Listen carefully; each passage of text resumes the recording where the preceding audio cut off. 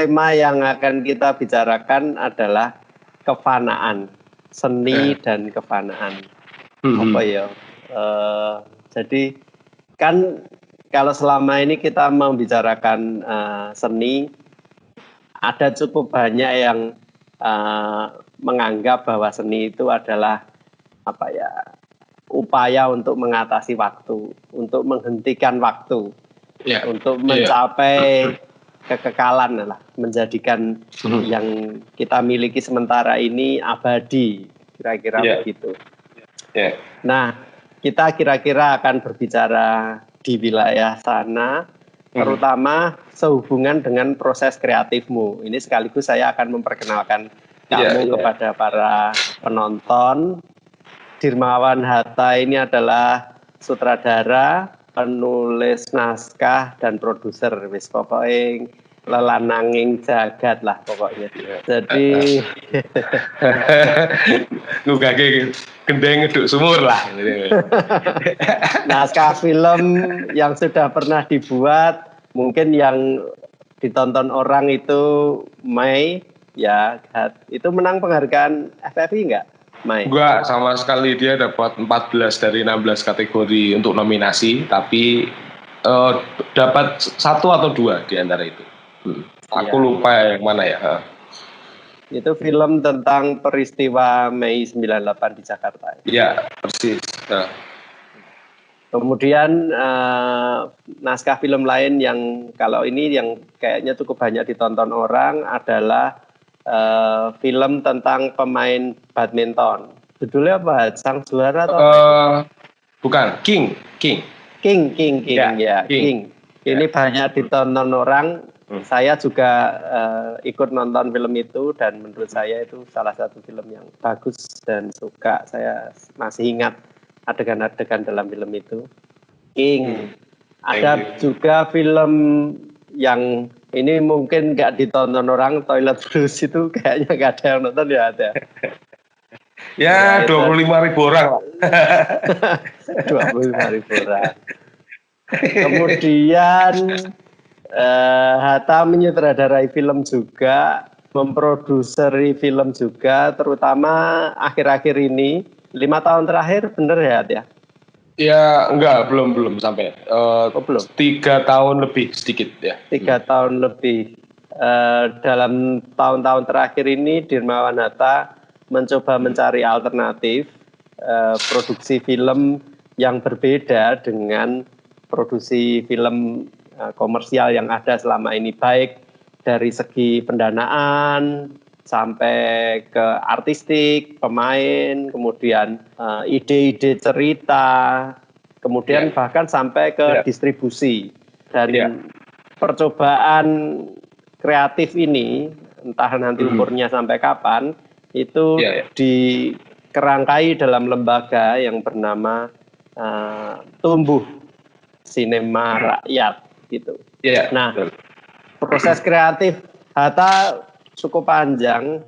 Kira-kira dari tahun berapa Hat kamu mulai hijrah ke Jakarta ke dunia film itu? 2001 ya, tahun 2001. Iya persis. Sudah hampir 20 tahun punya karir panjang di dunia film, dan sembari kita akan melakukan kilas balik proses kreatifmu, nanti kita akan mengulik wawasan-wawasanmu perihal bagaimana kreativitas itu bekerja, bagaimana film mencoba menggeluti waktu, karena film sendiri nggak hanya visual kan, dia bergerak gitu, waktu itu. Iya, berada dalam waktu. Kita mulai dari yang pertama Hat. Biasanya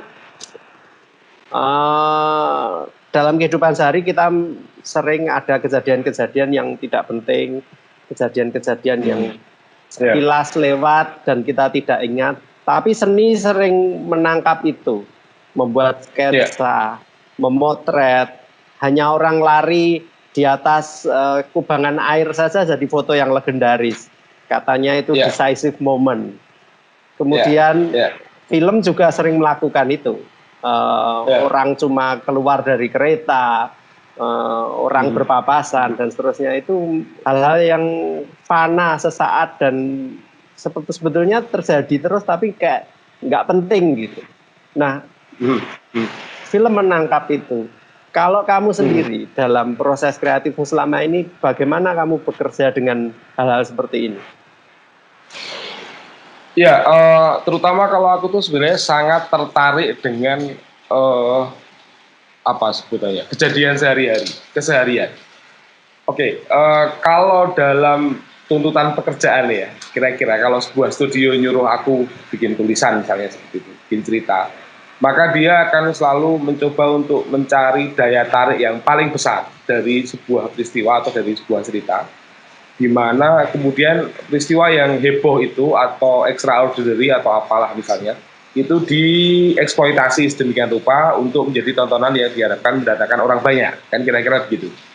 Misalnya nih, kalau dalam King misalnya, ya yang dipakai menjadi daya tarik utamanya adalah limb shrieking tentu saja. Limb shrieking sebagai basis utama cerita sesungguhnya, seperti itu. Misalnya dalam Mai misalnya, itu adalah kerusuhan 98 sesungguhnya yang menjadi keberangkatan. Ini kan hal-hal yang besar ya dalam tanda kutip gitu. Tetapi sesungguhnya yang sedang kukerjakan dalam saat-saat itu, meskipun keberangkatannya dari hal-hal yang besar, aku mencoba untuk menemukan momentum-momentum yang yang sangat sehari-hari lah, kira-kira seperti itu. Kira-kira kalau bukan kasus, tapi kalau kisahnya Lim Swee King itu misalnya aku letakkan dalam kehidupan sehari-hariku, bentuknya kayak apa nih gitu. Nah, yang aku temukan, ini salah satu contoh adalah di King, itu yang aku temukan itu sesungguhnya relasi antara bapak dan anak dalam sebuah keluarga yang tidak lengkap, seperti itu. Ini berdasarkan apa yang aku dengar mengenai Lim Swee King, di mana bapaknya sama Lim Swee King ini lebih bersifat kayak coach yang sungguhan. Bayanganku tuh kayak kalau kita nonton di Full Metal Jacket ya, satu film tentang perang Vietnam itu ada sersan pelatih sama si kadet calon tentara ini. Nah, sekeras itu hubungannya gitu, semacam itu. Nah, bentuk relasi bapak anak inilah yang kemudian aku letakkan dalam cerita yang kubikin, seperti itu. Jadi aku mencoba untuk menemukan sebuah ekspresi atau peristiwa yang sangat sehari-hari, yang paling dekat denganku terutama, dan kubayangkan juga dekat dengan penonton, untuk mengirimkan apa yang dimaui oleh produser pada awalnya, semacam itu. Maka kemudian yang jadi setelahnya adalah mencoba meletakkan itu dalam tokoh-tokoh nyata yang kutemukan di dalam riset. Yang kutemukan pada waktu itu adalah pembuat kok, kira-kira gitu. Dan kemudian juga adalah pencari belerang di Gunung Ijen. Ini ada alasan yang lain lagi gitu. Tapi itu yang aku maksudkan, bahwa justru ketika dalam film, maka yang dicari adalah momentum-momentum atau peristiwa-peristiwa yang sangat dekat dengan keseharian, yang itu akan lewat begitu saja ketika kita tidak mencatatnya dengan cara apapun. Nah, ini adalah sebuah kisah yang bagaimana kemudian itu bersumber dari sumber-sumber besar ya, saya sebutnya sumber-sumber besar. Yang belakangan aku cari sesungguhnya adalah sumber-sumber kecil nih. Aku datang ke kampung-kampung misalnya, ini cerita-cerita. Sudah modus yang terakhir, modus kreatif ya, modus yang 3 tahun terakhir. Ya. Di 3 tahun terakhir, justru mencari sumber-sumber kecil, karena aku yakin bahwa apa yang aku temukan dan yang akan aku kerangkai atau aku garis bawahi dan aku susun di dalam film itu sumbernya sama. Maksudnya sumbernya sama gini, bukan sumbernya sama, tapi implementasinya di dalam film itu sama. Iya, kerlingan mata, iya, keterbata-bataan suara, iya, kemarahan, kesedihan dan seterusnya. Itu adalah hal yang mau di Lim Swee King atau Mbah Paimo, ya kira-kira itu juga adalah hal yang dialami gitu. Maka aku sebenarnya mencoba untuk mencari sumber-sumber yang jauh lebih dekat lagi untuk mengekspresikan hal-hal yang sama juga aku ekspresikan dengan sumber-sumber yang besar tadi gitulah, kira-kira demikian. Jadi kalau balik ke pertanyaanmu, maka iya betul bahwa aku berusaha untuk menjadikan sebuah hal yang kecil sehari-hari sepele itu menjadi penting daripada yang kita cerap kalau kita sehari-hari, kalau kita tidak meletakkannya dalam konteks yang itu tadi gitu. Tadi kamu mengatakan bahwa di film King itu keseharian. Sementara di yang sekarang kamu pergi ke kampung-kampung, bikin film di tepian-tepian pusat-pusat pertumbuhan ekonomi begitu ya. Itu juga keseharian juga. Dalam prosesmu membuat film, dua-duanya sama-sama fiksi, itu keseharian orang-orang besar dengan keseharian orang-orang kecil itu sama-sama sama-sama terlewatkan begitu, atau satu lebih penting daripada yang lain atau gimana? Dalam konteks yang kukerjakan sekarang, menurutku yang sumber-sumber kecil ini jauh lebih penting sesungguhnya. Karena aku merasa bahwa sumber-sumber besar ini terlalu bias gitu loh. Terlalu bias, apalagi ketika kemudian kita menyaksikan serbuan film-film yang istilahnya biografis gitu kan. Tokoh sejarah A, tokoh sejarah B, si X yang bisa dapat $1 juta, si X yang berjuang ke Amerika, yang ini, yang itulah segala macam. Ini adalah sumber-sumber besar yang terlalu diselebrasikan sehingga kemudian sesungguhnya aku beranggapan bahwa itu menjadi semakin artifisial atau tingkat artifisialitasnya itu menjadi nggak dekat gitu loh. Itu kok kayak kembang mayang gimana sih? Lengkap gitu ya, no salak, apel, gedang dan segala macam, tapi sesungguhnya nggak punya akar gitu. Nah, aku mencari salak yang punya akar, aku mencari pisang yang punya akar, aku mencari semacam itu. Maka aku mencoba untuk mencari akar dari fiksiku gitu di kampung-kampung yang menurutku terlewatkan. Tidak ada seorang pun yang mau bikin film di Pipikoro lah misalnya. Produser Jakarta siapa yang mau bikin film di Pipikoro? Iya, Mountain Song ya, dia dibikin di Pipikoro, tapi itu juga dengan skema yang sangat berbeda gitu kira-kira. Apakah soal serawung ini atau soal mencatat yang biasanya tidak tercatat itu juga yang membuatmu kemudian mengerjakan film-film yang terakhir ini dengan cara yang lebih partisipatoris ketimbang kamu bikin sendiri dari isi kepalamu sendiri dengan inspirasimu sendiri dan seterusnya. Ya betul. Karena kalau menurutku sebenarnya dulu aku menjadi penulis kan kurang lebih sebenarnya dari isi kepalaku sendiri. Kamu nyebutnya begitu dan itu kurang lebih benar gitu. Tapi sesungguhnya itu kan sumber-sumber yang ada di dalam kepalaku itu kan juga dari proses pencerapanku terhadap kehidupannya telah kurang lebih seperti itu. Aku banyak mengerjakan film-film yang memang sebutannya fiksi tapi berangkat dari kehidupan yang faktual kan gitu. Kira-kira King lah, Mai lah dan seterusnya. Tapi aku pengen lebih dekat lagi, itu tidak memadai lagi buatku gitu. Aku merasa bahwa itu tidak lagi memadai buatku, maka aku harus mendekati sumber-sumber fiksiku yang lebih dekat lagi, yang lebih intim lagi. Maka kemudian salah satu jalannya adalah partisipatoris ini tadi yang kamu sebutkan. Kira-kira gitu. Biasanya seni misalnya sastra atau misalnya lukisan dan seterusnya itu meyakini bahwa medium-medium ini ketika dia sudah menangkap sesuatu kemudian sudah terwujud menjadi rangkaian kata atau menjadi goresan warna dan seterusnya, dia sudah seperti sudah mengekalkan sesuatu yang mengalir, yang tak berhenti-henti, yang segera lewat dan kita lupakan. Ada satu ungkapan yang sangat bagus di puisi Gunawan Muhammad kuatrin tentang apa poci ya? Iya. Sesuatu yang kelak retak. Yang kelak retak, ya. Kita membikinnya abadi yang membikin abadi itu si puisi itu gitu. Tentu saja beserta kita sebagai pembacanya, tapi si kata-kata itu yang tertulis itu.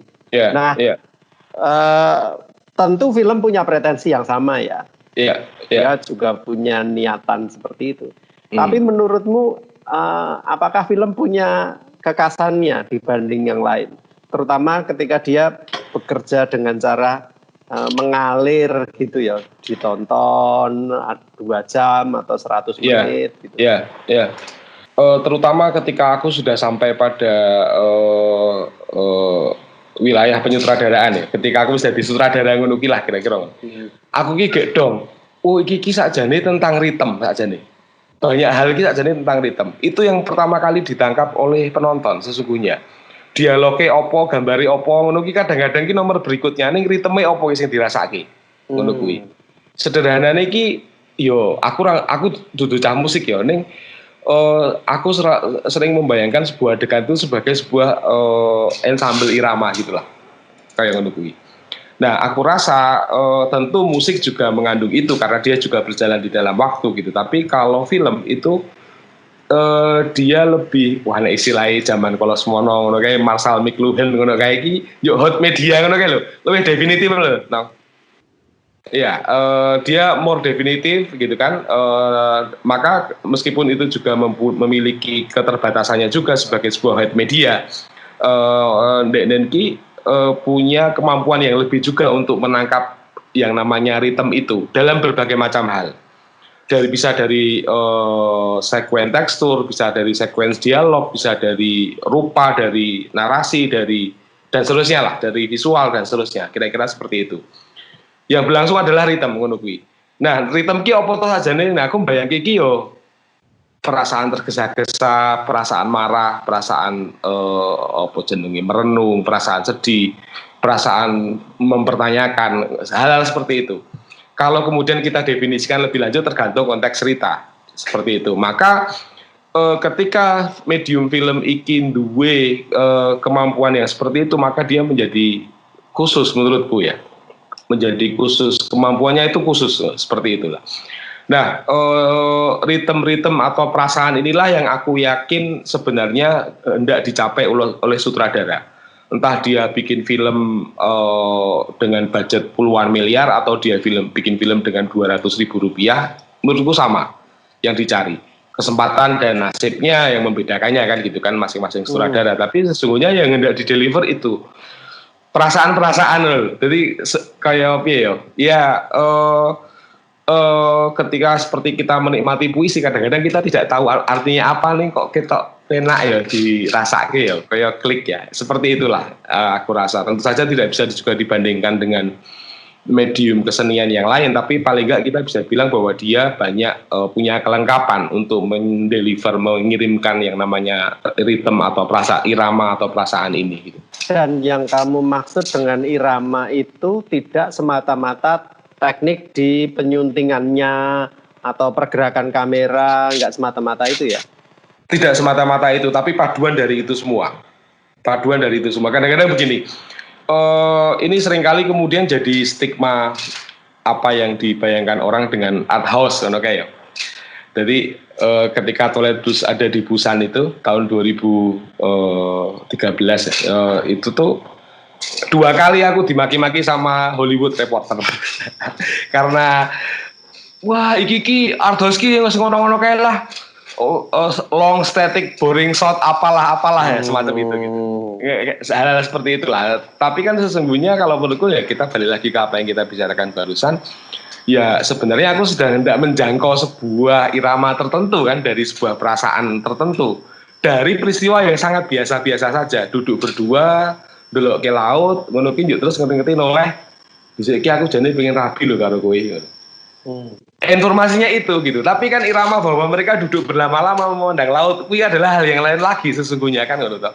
Bahkan ketika itu tidak diucapkan dan informasi tentang ingin menikah denganmu itu ada di adegan yang lain, ini menjadi penting gitu untuk memperlihatkan mereka duduk berdua menatap laut berlama-lama, semacam itulah kira-kira. Yang kamu maksud dengan duduk menatap laut berlama-lama itu mengacu kepada irama dalam kehidupan nyata atau ada sesuatu yang khusus di dalam film? Ya tentu saja ada sesuatu yang Maksudku khusus gini, tapi bener ya, gini, itu adalah hal yang bisa saja gitu, ketika kita tidak mencoba untuk memerangkapnya dalam sebuah medium kan gitu. Ya peristiwa duduk berlama-lama orang yang delok laut menurut Kiki ya terjadi 20.650.000 kali lah kira-kira, kayak semacam itulah. Tapi ketika kemudian kita menangkapnya seret menurut Kiki, kita letak konteks yang kita mau, maka kemudian momentum itu menjadi abadi dalam pengertian itu. In a sense ya, menurut bilang. Masih tentang waktu dan bagaimana waktu berubah-ubah, bagaimana waktu coba ditangkap di dalam film, bagaimana yang fana itu coba dikekalkan. Kali ini kita akan bicara juga dalam rangkaian peristiwa kehidupan pribadi seorang seniman ya, pembuat karya seni. Kamu sendiri mengalami masa yang berbeda-beda, sekurang-kurangnya ada beberapa masa yang cukup jelas perbedaannya ya. Terutama berhubungan sekali dengan kreativitas dan di bidang film. Orde Baru itu bagaimana kita ingat mau memutar film tentang Timor Leste saja kita harus sembunyi-sembunyi di jurusan, dikunci dengan jendela yang ditutup rapat dan panas sekali, itu penuh orang, itu hanya mau memutar film berita. Kemudian kita bergerilya mendatangkan film-film potongan-potongan yang kita putar dengan dengan seluloid gitu. Orde Baru berakhir, kemudian di reformasi meledak jumlah komunitas pembuat film, dan sebagian dari mereka sekarang jadi sutradara-sutradara, salah satunya kamu. Ada juga Four Colors, ada juga Yosep Angginun, ada Dewe Purbanegara, ada banyak orang lah, Fajar Nugros, itu semua generasi yang sama di Yogyakarta.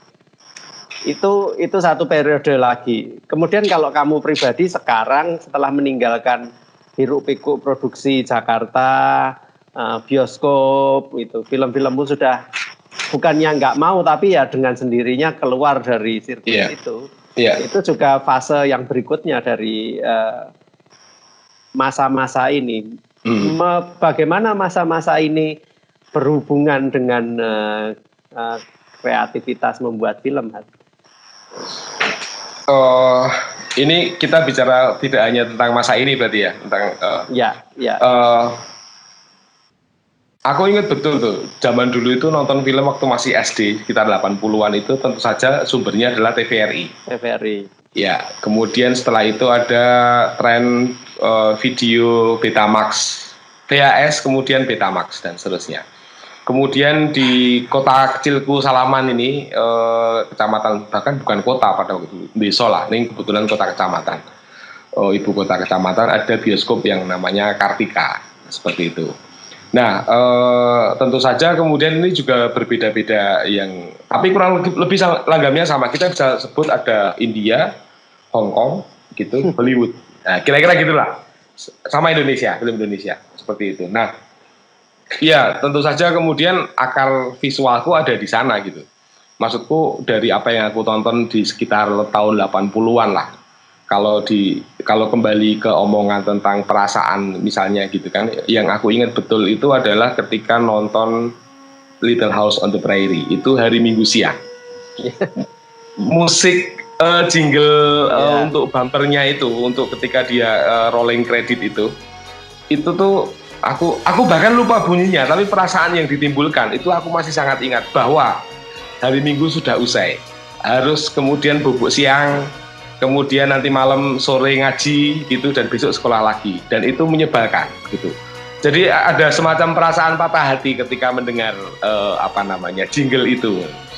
Nah, itu yang aku ingat betul dari masa-masa dengan TVRI gitulah kira-kira ya. Terus kemudian ada video Betamax itu, seri silat lah yang puluhan itu. Aku sempat menonton juga. Kemudian ada juga beberapa film semacam kayak Little Weapon. Ya, terus kemudian film-film post apokaliptik bangsa kayak Mad Max, The Fall of New York, Striker dan seterusnya. Film-film kelas B lah sebenarnya kira-kira gitu. Ya. Nah, semuanya itu kan sebenarnya kemudian aku baru menemukan juga entah gimana ada hubungannya atau tidak. Relasiku dengan film itu sesungguhnya kuat di keluargaku karena kakekku itu adalah seorang pengusaha film, importir film. Jadi dan itu untuk Kota Magelang, Jogja. Oh ya. Ya, jadi Soeharsono beberapa bioskop itu pemasoknya dia. Jadi ada, aku nggak tahu namanya, kalau ibuku cerita itu namanya Perfibi, Persatuan apa bioskop Indonesia atau apa gitulah kira-kira. Jadi dia punya jaringan beberapa bioskop yang jadi kayaknya dia impor atau dia membeli film kemudian dia putar di Magelang, Jogja, Semarang, Purwokerto. Kira-kira itu. Nah, kenapa kemudian itu hapus? Ya karena dia kena gestok. Jadi kalau ibuku cerita, wah kayak bioskop ini dibeslah karo negara kayak dhisik ngene ya enggak, ngono-ngono ki lah bahasane ngono-ngono ki lah. Seperti itu. Tapi itu baru aku tahu belakangan gitu. Justru malah ketika aku bergaul dengan bioskop Kartika, dengan Betamax, dengan seperti itu, ada semacam gagasan yang dari bapakku terutama gitu, bahwa nonton film ki marai bodoh. Sama juga dengan membaca komik itu marai bodoh. Kira-kira gitu. Tapi justru karena itu kemudian represinya itu membuatku mencari-cari malahan gitu. Kira-kira gitulah. Nah, beranjak ke SMP, SMA ya masih ada bioskop-bioskop yang tidak seperti sekarang ya, yang non-21 itu kan masih ada banyak bioskop rakyat lah kira-kira gitu. Nah, itu terus berkembang sampai kemudian ya masuk ke Jogja, ke UGM dan segala macam ya apa yang kita alami itu gitu. Semuanya itu memberikan sebutlah akar dari pengalaman-pengalaman visualku gitu kan, terhadap apa yang kemudian aku kembangkan sekarang ini. Jadi kalau aku ngerasa bahwa kalau aku ngelihat film-film yang lebih kontemporer lah ya, itu sok rodok sakjane rumangsa rodok lawasan lah selera-selerane gitu. Jadi yang kubayangkan itu adalah misalnya filmnya Teguh Karya. Aku membayangkan filmnya Martin Scorsese, Francis Ford Coppola, ya apa namanya, pemuka-pemuka film di era itulah kira-kira semacam itu. Tapi kemudian ketika semakin beranjak besar, punya kesempatan untuk meng-cross check lintasan-lintasan perasaan itu, aku menemukan bahwa misalnya Laura Ingalls Wilder itu menulis 9 buku selain Little House on the Prairie misalnya. Kemudian aku juga menikmati bagaimana kisah pioneering orang-orang Amerika dari timur ke barat pada waktu itu. Bagaimana kemudian mereka pada sampai skala tertentu kita bisa membayangkan sebuah kisah orang-orang yang membangun negaranya from the scratch gitu kan, dari yang nggak ada sama sekali, lengkap dengan kisah penumpasan Indianya apa dan seterusnya dari sumber-sumber yang lain kira-kira gitu. Jadi apa yang semula menjadi kenangan sesungguhnya kemudian lama-lama menjadi sesuatu yang sifatnya historis. Dia lebih konkret, dia lebih bisa dipertukarkan dengan data yang lain, bisa berpantulan menjadi sesuatu yang dengan cara demikianlah aku kemudian menyukai ketika guruku cerita tentang sejarah Amerika di SMA misalnya begitu, karena aku pernah mengalami perasaan-perasaan yang ku dapatkan ketika aku menonton Laura Ingalls Wilder Little House on the Prairie di TVRI pada waktu aku masih kecil. Kira-kira proses itulah yang berlangsung padaku terus-menerus. Jadi semula adalah perasaan, lama-lama menjadi data, kemudian lama-lama menjadi wawasan sejarah, dan lama-lama kemudian juga menjadi daya kritis tertentu gitu ya, untuk memandang sejarahku sendiri juga lengkap dengan apa yang ada di sekelilingku. Dan bagimu rangkaian itu seperti garis yang susul menyusul membentuk lintasan panjang begitu, atau lebih menyerupai kilasan-kilasan saja yang tidak penting benar mana yang lebih dulu, mana yang lebih belakangan bagimu, yang penting mana yang relevan atau mana yang terasa kuat, itulah yang akan memandumu membuat gitu. Ya, lebih ke bagian yang terakhir. Jadi aku memandangnya sebagai big picture gitu yang terdiri dari pasal-pasal yang kadang-kadang kemarin ada sekarang nggak ada, atau sekarang ada tapi kok berubah tempat dan seterusnya. Kira-kira semacam itu. Jadi proses itu tidak kemudian melengkapi sebuah garis lurus, tapi melengkapi sebuah kerangka gambar, kira-kira gitulah. Nah, kalau kita bicara tentang pengendapan, Hat, itu tadi kan soal perasaan-perasaan ya. Tentu kalau perasaan itu bukan soal mengendap atau tidak mengendap, tetapi soal mengabur gitu ya, perasaan itu. Tapi kalau soal pengendapan pengalaman, pengendapan wawasan dan seterusnya, hingga kita bisa seolah-olah merekayasa dalam tanda kutip, memanggil bagian-bagian tertentu dari pengalaman bila mana kita membutuhkannya, itu di titik sekarang, piye pendapatmu tentang itu gimana? Atau kamu nggak melakukan cara itu? Ya pada kali pertama adalah perasaan kan gitu. Pada kali berikutnya adalah fakta atau data atau informasi. Pada kali berikutnya lagi adalah perenungan lah, sebutlah begitu, atau mungkin pengendapan lah gitu. Nah, setelahnya kemudian jadi cita-cita toh setelahnya. Sekarang kita mencoba membingkai diskusi ini dalam konteks kita hari ini sekarang, yang menurut saya ini sangat historis lah. Ini tidak pernah dalam sejarah manusia yang masih hidup di muka bumi ini pernah terjadi hal yang seperti yang kita alami sekarang. Pandemi ini, semua yang hidup, sesuatu yang mirip seperti ini pernah terjadi sebelumnya itu, tapi tahun 1918 yang disebut sebagai flu Spanyol. Itu pun ya itu memang mendunia, dan jumlah yang meninggal juga puluhan juta. Tapi itu juga jumlah manusia tidak sebanyak sekarang, komunikasi, informasi tidak seperti sekarang, sehingga kesaksian, keterhubungan, dan intensitas ketegangan, kecemasan, dan seterusnya mungkin sekali berbeda dengan hari ini. Yang hari ini berbarengan dengan penyakitnya banyak hal terjadi. Kalau kita bicara spesifik di dunia film, banyak film diproduksi tapi tidak bisa tayang karena bioskop tidak bisa memutar film. Satu. Kemudian tidak hanya film yang sudah diproduksi tidak tayang, film yang akan diproduksi tidak jadi diproduksi. Sekarang teman-teman film sedang cari-cari peluang apa yang bisa dilakukan sembari menunggu situasi yang lebih baik, kalau situasinya lebih baik. Sehingga hal-hal yang kita kira permanen gitu ya, keras dan tidak berubah seperti bioskop, terus kemudian selera penonton, maaf filmmu tidak bisa dibuat karena selera penonton tidak menginginkan film seperti ini, itu seolah-olah keras, kekal, dan tidak berubah. Itu sekarang bahkan nggak ada tanpa tanda-tanda, tanpa isyarat, itu tiba-tiba hilang begitu saja, lenyap. Jangankan selera penonton, wong bioskopnya aja nggak tayang kok, saudara-saudara. Nah, betapa sesuatu yang kita kira keras, everything that solid is melt into air, itu tiba-tiba meleleh, hilang, dan terbang gitu.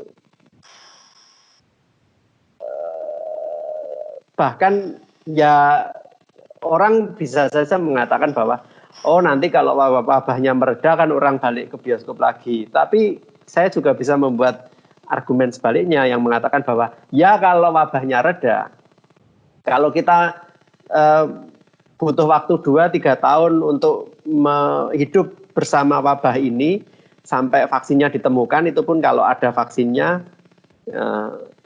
Tapi kalau enggak, bagaimana orang mau berduyun-duyun berada di ruang sepadat itu dengan AC sentral yang bisa menyebarkan virus kemana-mana gitu. Mana mau orang berada di tempat seperti itu lagi.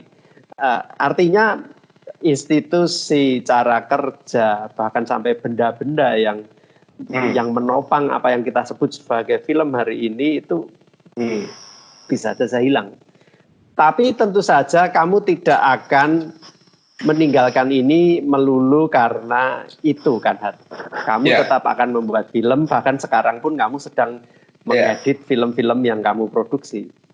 Lantas pertanyaannya jadi gini, untuk apa? Apa keyakinanmu yang membuatmu bisa mengatakan bahwa ini perlu diteruskan, ini punya tempat, bahkan ketika besok kiamat, film tetap harus dibuat? Aku lupa ya. Dulu zaman kuliah itu seringkali ada kutipan yang bunyinya gini. Itu pasti dari sebuah lagu, tapi aku nggak tahu tuh. Teman-teman kita lah ya, termasuk aku lah ya. So, it's the end of the world and I feel fucking fine. Ya, semacam itulah gitu. Maksudku apa ya? Kalau aku sendiri, aku merasa bahwa sesungguhnya dunia percakapan, dunia gagasan yang dulu kita pertukarkan satu sama lain dalam ruang-ruang kecil ya, dan ruang-ruang yang aneh, semacam misalnya kita mematikan lampu seluruh kampus dan kita ngobrol berlima, berenam misalnya seperti itu adalah situasi-situasi yang mirip dengan situasi-situasi pandemik kan, seperti itu kan. Kita mencoba untuk mengisolasi di kita gitu kan dari the rest of the world yang hiruk pikuk itulah ya. Dari dunia demo yang hiruk pikuk, dari dunia kampus kuliah yang mencemaskan karena kok barbar kuliah misalnya, atau dunia kerja yang kita juga masih mengawang-awang harus kerja apa balik dan seterusnya lah. Kemudian kita bercakap tentang hal-hal yang sungguh-sungguh penting buat kita, kurang lebih gitu, dengan cara yang sangat canggih gitu kan. Kita kalau kita punya ujung kuku, maka kita bicarakan ujung kuku itu dengan sedetail-detailnya. Kita membuat spekulasi filosofis atas ujung kuku kita. Semacam itulah kira-kira metaforanya gitu. Nah, itu juga hal yang mirip terjadi, aku bayangkan ketika kita menikmati sebuah film di dalam sebuah bioskop, di mana ketika kita bersama orang lain, sesungguhnya kita sedang bercakap-cakap dengan diri kita sendiri. Seperti itu. Hanya kebetulan kalau kita membawa seorang teman yang kita sayangi misalnya, maka kita akan menggenggam tangannya atau memeluknya misalnya, semacam itulah.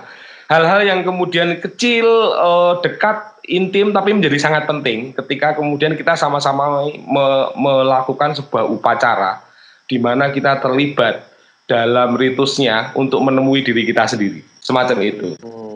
Nah, sekarang situasi yang membuat kita menjadi semacam itu tuh tidak lagi hanya spekulasi filosofis yang kita kenakan pada diri kita sendiri, tapi wis konkret di sana. Jadi kita dipaksa untuk menonton layar kehidupan kita sendiri yang ada di luar sana, yang menjauh, tapi kita juga pada saat yang sama punya jarak tertentu sehingga bisa bersikap kritis terhadap itu. Nah, itulah aku membayangkan bahwa sepenting itulah hal-hal yang kalau kaitannya dengan apa yang kukerjakan, meninggalkan jejak atau menyusun sebuah bayangan akan kekekalan sebuah pesan dalam medium-medium yang aku geluti harus tetap dilakukan. Tentu kalau ada 10 hal yang bisa dilakukan sembari tidak keluar dari rumah, kamu toh tidak akan melakukan 10-10-nya melulu karena itu bisa dilakukan toh. Tetap kamu akan melakukan hal-hal yang menurutmu tetap perlu bermakna dan seterusnya. Bukan hanya karena apa boleh buat toh. Oke. Kalau ini adalah sebuah pertanyaan personal, apa yang kamu lakukan di antara 10 hal itu, nomor satunya apa? Berolahraga sekarang yang kulakukan. Karena menurutku yo kira-kira meskipun tidak terlalu oke gitu ya, aku nek misalnya penjelajahan alam pikiran ngono ki yo kita wis rada ado kira-kira gitu. Penjelajahan fisik aku lunga-lunga ndi ngono ki yo wis akeh lah sing tak parani ngono ki. Awakku dhewe iki ora tau tak parani. Gitu. Oke, jadi apa yang kulakukan sekarang ya aku mencoba untuk membaca yang terdekat denganku ya. Saya itu buku gitu. Ya, bahwa kemudian aku akan memilih sebuah program di mana aku bertujuan menurunkan 8 kilogram dari berat badanku. Ya, kemudian berikutnya lah ya, program-program yang bisa dipilih dari sekian puluh program yang lain, tapi intinya aku ingin menyambangi yang terdekat. Yang pertama adalah tubuhku gitu. Terus ning dapur iki ana tikus no. Ana tikus liweran ngono ki. Aku njajal iki rada gendeng sih ini. Kuwi sing si Jack apa si Julian ya ngono. Aku mencoba membedakan di antara keduanya. Hal-hal seperti itu. Sama juga ketika kemudian aku sekarang menikmati menggigit sebutir tomat ngono gitu. Lebih karena kemudian ini mampu nih ku tanam di belakang rumah itu aku mampu. Hal kayak ngono kuwi lah. Aku mencoba untuk berkesempatan untuk menjadi semakin semakin intim lah dengan hal-hal yang sungguh-sungguh melekat dengan diriku. Kira-kira gitulah. Ya. Memberi tidak hanya memaksa ya, tapi juga membuka kesempatan untuk menimbang kembali mana yang terdekat dan mana yang terpenting, terutama dalam situasi seperti sekarang. Ya, persis. Ya, saya pikir itu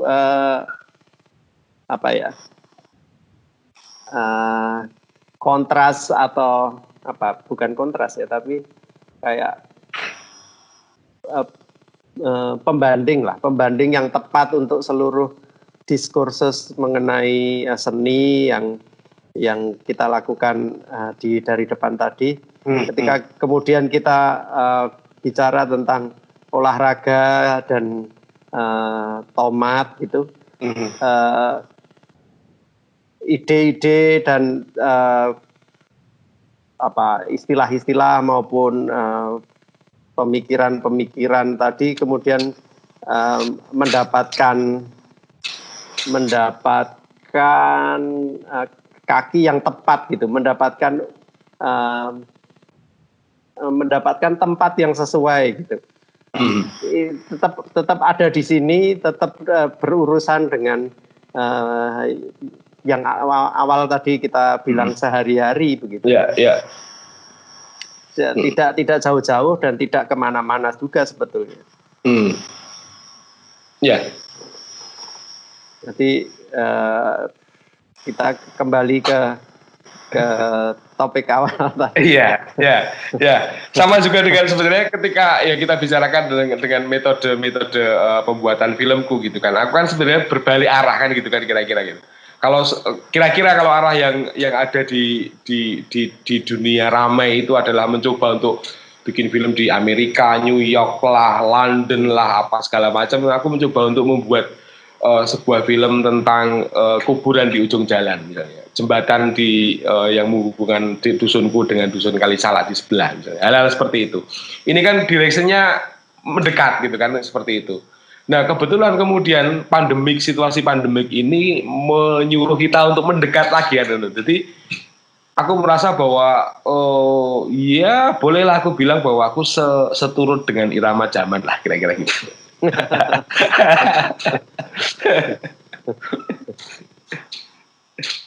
Bekerja dengan kosmos. Semoga. Oke. Saya kira pembicaraan bisa diakhiri di sini. Di titik di mana kita memulainya. Dan saya kira cukup banyak yang bisa kita bagikan bersama-sama ya. Di antara kita. Terima kasih sudah meluangkan waktu. Thank you Nong. Ini pertemuan yang penting buatku gitu karena sudah lama sekali kita tidak ngobrol semacam ini. Kemarin terlalu programatik. Terima kasih dan terima kasih. Sampai bertemu lagi di kesempatan selanjutnya.